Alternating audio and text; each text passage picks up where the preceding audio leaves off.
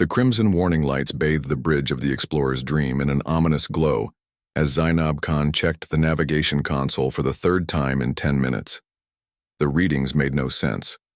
What should have been empty space, according to their star charts, was now filled with massive metallic structures that stretched beyond the horizon of their viewports. "Alex, are you seeing this?" She called to her research partner, who was hunched over the long-range sensors at the adjacent station. Alex Morrison looked up from his displays, his usually calm demeanor showing the first cracks of concern. "According to these readings, we've stumbled into what appears to be..." He paused, double-checking the data. "A star system containing the largest artificial structures ever recorded. We're talking about installations that dwarf entire planets."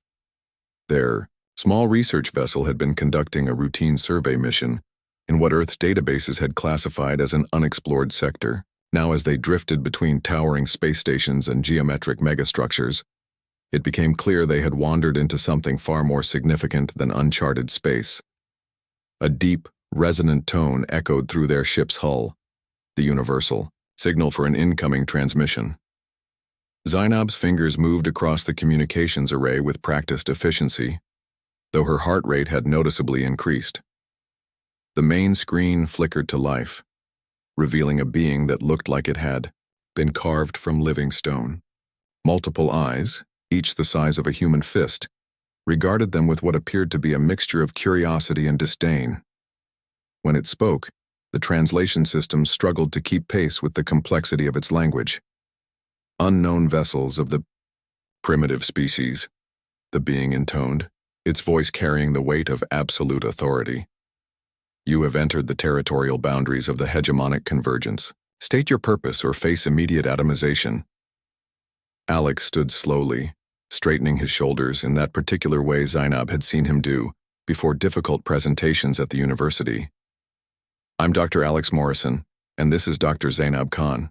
We're exploratory researchers from Earth, and we appear to have entered your space by accident." The alien's multiple eyes narrowed in what might have been amusement. "Earth?" Several moments passed as presumably vast databases were consulted.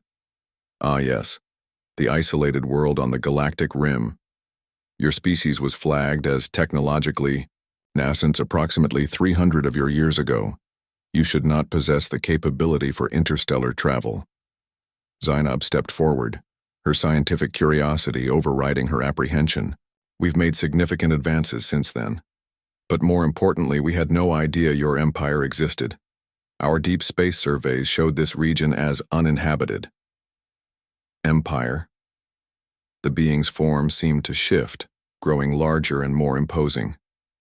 "Child species, you stand within the boundaries of a civilization that spans 17,000 star systems. We are the hegemonic convergence, rulers of this galactic sector for over 50,000 years. Empires are what lesser species build before they mature or are absorbed." The implications hit both humans simultaneously. They weren't just in foreign territory. They had accidentally wandered into the space of a galactic superpower that measured its age in geological timescales. Alex, however, seemed remarkably unperturbed by this revelation. "That's fascinating," he said, and Zainab could tell he genuinely meant it. "Your technological and social development must be extraordinary. We'd be honored to learn about your civilization." The alien's reaction was not what either human expected. A sound that their translators interpreted as puzzled rumbling filled the communication channel. "You are not requesting mercy, not offering tribute, not begging for your insignificant lives?" Zainab found herself smiling slightly. "Should we be? You've been polite so far despite us trespassing. We're researchers, not conquerors. The worst thing that usually happens to us is getting our grant applications rejected. Most species that accidentally enter our territory," the being continued, its tone now carrying a note of genuine confusion, "immediately prostrate themselves or attempt to flee. Your species appears to be conversing." Alex nodded thoughtfully. "Well, running seems impractical given the size of your installations, and from a scientific perspective, this is the discovery of several lifetimes. We're probably the first humans to make contact with a galactic-scale civilization." You comprehend that we possess the power to erase your entire species without effort? Theoretically, yes, Zainab replied with the same tone she used when discussing statistical probabilities. But you haven't, which suggests you're either remarkably patient or genuinely curious about us. Given the sophistication required to build all this, she gestured toward the viewport showing the vast structures around them. I'm betting on curiosity. For several long moments, silence stretched across the communication channel. Then, the alien made another sound that the translators couldn't interpret. In 50,000 years, the being finally said, you are the first species to accidentally enter our territory and respond by asking questions about our culture. Alex leaned back against the console, his casual posture seeming almost defiant, in the face of such overwhelming power. What can we say? We're curious by nature. It's gotten us into trouble before, but it's also how we ended up out here among the stars. The alien's image flickered as if consulting with unseen advisors. When the transmission resumed, the being's demeanor had shifted perceptibly. Dr. Morrison, Dr. Khan, on behalf of the hegemonic convergence, I extend an unprecedented invitation. Would your species be interested in establishing formal contact with our civilization?